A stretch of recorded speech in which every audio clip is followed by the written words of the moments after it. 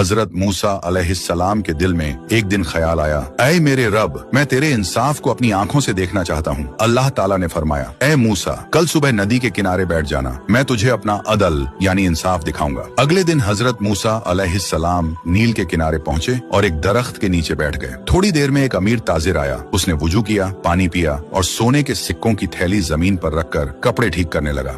जल्दबाजी में वो थैली वहीं भूल गया और आगे निकल गया। कुछ देर बाद एक गरीब लकड़हारा वहां पहुंचा।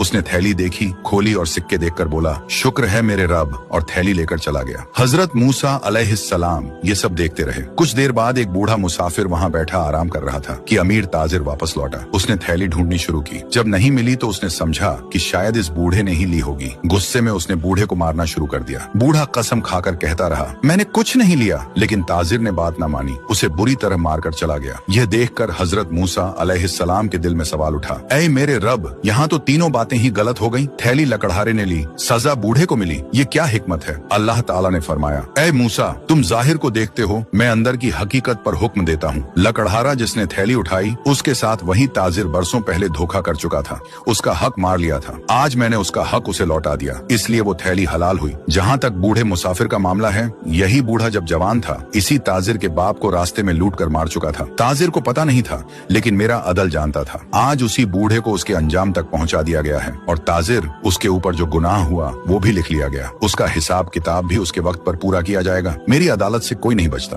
ये सुनकर हजरत मूसा अलैहिस्सलाम सजदे में गिर पड़े और बोले, ऐ अल्लाह, तू जो फैसला करता है उसमें हिकमत और इंसाफ के सिवा कुछ नहीं। इंसान की आंख बस ऊपर का मंजर देखती है, मगर तू अंदर की हकीकत पर हुक्म देता है।